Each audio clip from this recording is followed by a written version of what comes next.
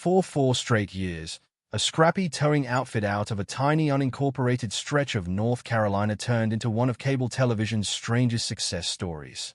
Millions of people tuned in every week to watch a preacher with a shotgun-fast mouth, his powerlifting mortician of a wife, and a barrel-chested best friend chase down repossessions across rural Wake County. Then, almost without warning, the cameras stopped rolling. There was no farewell special, no tearful goodbye episode, nothing. The show just disappeared from the schedule in the summer of 2014. And in the years since, the real story of what happened to the Shirley family has turned out to be stranger, sadder, and more complicated than anything a TV writer could have dreamed up. So let's dig into what actually went down at Lizard Lick and where everyone stands today. The easy assumption is that Lizard Lick towing got cancelled because people stopped watching. That's usually how it goes in reality TV. But that's not what happened here. When the show quietly wrapped after its 4th season, it was still drawing a healthy, loyal audience. The real explanation had far less to do with the fans and far more to do with what was happening in the executive suites at True TV. Around 2013 and 2014, True TV was in the middle of reinventing itself. For years, the network had leaned hard into gritty, blue-collar reality programming, repo men, bounty hunters, pawn shops, tow yards. But the people running the network had decided they wanted a different identity, one built around comedy rather than confrontation. That pivot eventually gave the network shows built around scripted pranks and studio audience humor, and it meant the rougher, dustier programming that had once defined the channel no longer fit where the brand was heading. A show about a couple repossessing trucks from angry debtors in rural North Carolina didn't exactly scream comedy network. There was also a legal wrinkle that rarely gets talked about. Lizard Lick towing operated in a gray zone that insiders often call a docudrama format. Real repossession jobs formed the backbone of every episode, but plenty of scenes were restaged or embellished to heighten the drama for the cameras. That approach made for compelling TV, but it also created liability headaches. People who'd had their vehicles hauled away on camera occasionally pushed back, unhappy with how they'd been portrayed or uneasy about appearing on national television without much say in the matter. None of that alone was enough to sink a hit show, but combined with a network moving in a new creative direction, it made renewing the series a much harder sell. Money mattered too. As the Shirleys became recognizable faces, ordinary trips to their real tow yard turned into minor spectacles, with strangers showing up hoping to catch a glimpse of the cast or stir up drama of their own. That kind of attention comes with real costs, security, insurance, liability, and those costs climb fast for a small family business that was never built to be a full-time media production. Ronnie Shirley has since said, in his own words, that trying to live up to the larger-than-life television version of himself started to weigh on both his actual towing operation and his responsibilities as a pastor. When it came time to talk about another season, both sides seemed to have quietly concluded that it was a natural stopping point. The network wanted to chase a different kind of programming, and the Shirleys wanted their ordinary lives back. Before any of that, though, Lizard Lick towing had to become a show in the first place, and that happened almost by accident. Lizard Lick is a real place, a small unincorporated community in Wake County, North Carolina, just outside the town of Wendell. Ron and Amy Shirley started their towing and recovery business there back in 1998, beginning with a single truck and a lot of stubbornness. Over the following decade, they built that one truck into a real operation, eventually running a fleet of roughly 20 vehicles and employing more than a dozen people. By the time anyone in television had ever heard of them, they were already established, hands-on business owners who understood every ugly and dangerous corner of the repossession trade. Their discovery by TV producers happened almost by chance. A crew scouting families for an entirely different show, a family swap format, stopped by the Lizard Lick office and quickly realized they'd stumbled onto something far more interesting than what they were originally looking for. Ronnie's rapid-fire, colorful Southern sayings, the kind of phrases fans would eventually nickname Ronisms, made him an immediate standout. Standing next to him was Amy, a competitive powerlifter and a licensed mortician who clearly wasn't going to be shoved into the background of her own family's story. Producers scrapped their original plan and built a show around the Shirleys instead. Rather than launching a standalone series right away, the network tested the waters first, featuring the crew as part of a related program to gauge audience interest before fully committing. Viewers responded, and the standalone series debuted in February 2011. It became a hit almost immediately. Ronnie's colorful vocabulary and his oddly poetic way of handling irritated debtors turned him into a minor cultural phenomenon, and suddenly people across the country who'd never heard of Wake County were fascinated by a family towing company from the middle of nowhere. Tourists started showing up looking for a glimpse of a real repossession in progress, and the Shirleys went from small business owners to minor celebrities almost overnight. At the center of it all was Ronnie Shirley, ordained pastor on one hand, unafraid brawler on the other. He functioned as the show's strategist and its moral center, someone who brought an unusual mix of toughness and conscience to a line of work most people assume is heartless by nature. Standing right alongside him was Amy Shirley, who never fit the passive, decorative role reality television often hands to women. Between her competitive powerlifting background and her work as a licensed mortician, she was already one of the more unusual personalities on cable TV before she ever appeared on camera. She kept the business's paperwork running and wasn't afraid to step directly into the middle of a tense confrontation on the lot. To a lot of viewers, especially working mothers, she became something close to a role model, proof that toughness and family life weren't mutually exclusive. Then there was Bobby Brantley, the show's resident wild card, whose backstory is genuinely funny. He wasn't hired in any conventional sense. He started out as a furious customer after Ronnie towed his own truck.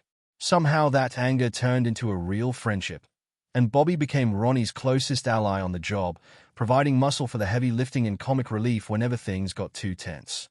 He had an easygoing, good-natured charm that made him instantly likable, and the contrast between Ronnie's intensity and Bobby's looseness gave the show a lot of its rhythm.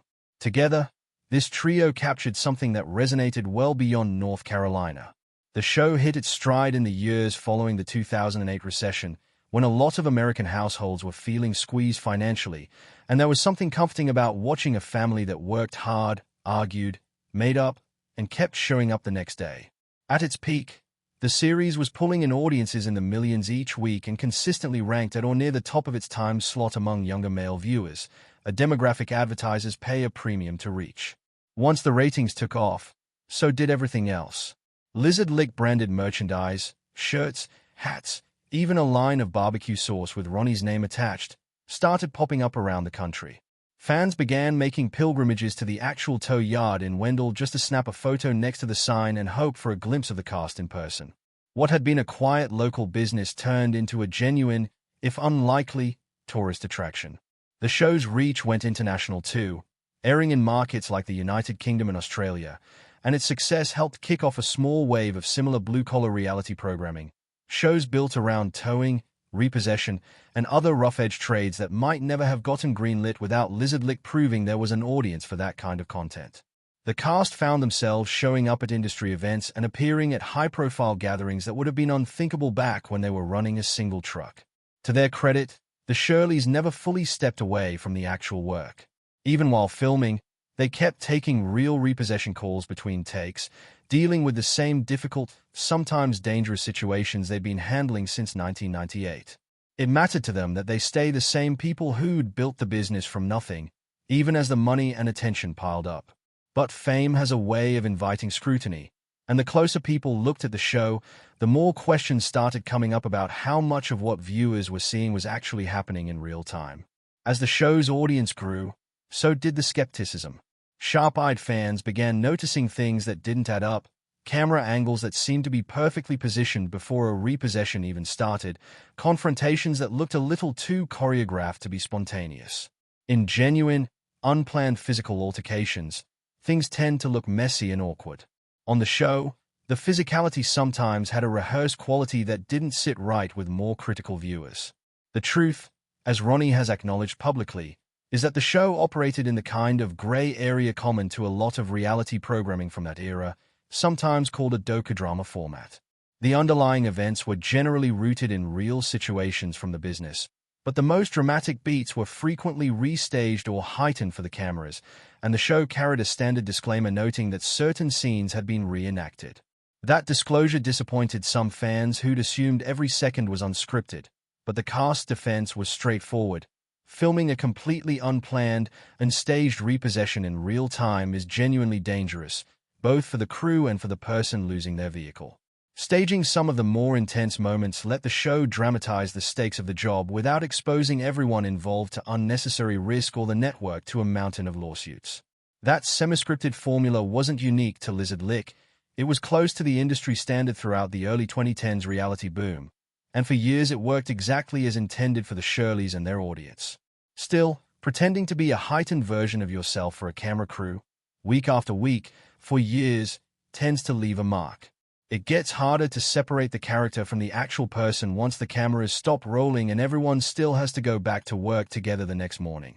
Somewhere along the way, the manufactured tension the show relied on for drama started bleeding into real relationships on set.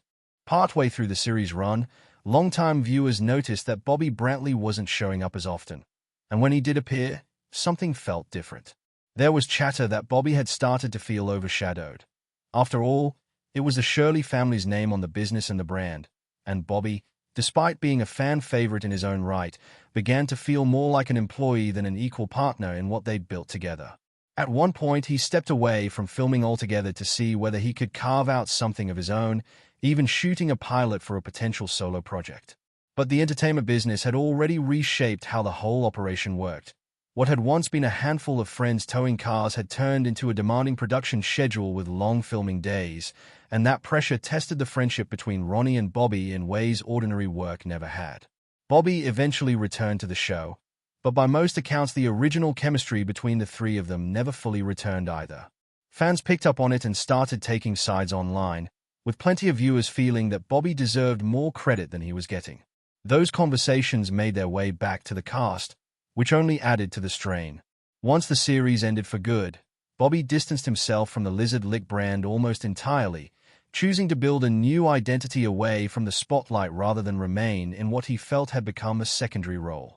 The final episode aired in August 2014, and there was no send-off. The show simply stopped appearing on the schedule.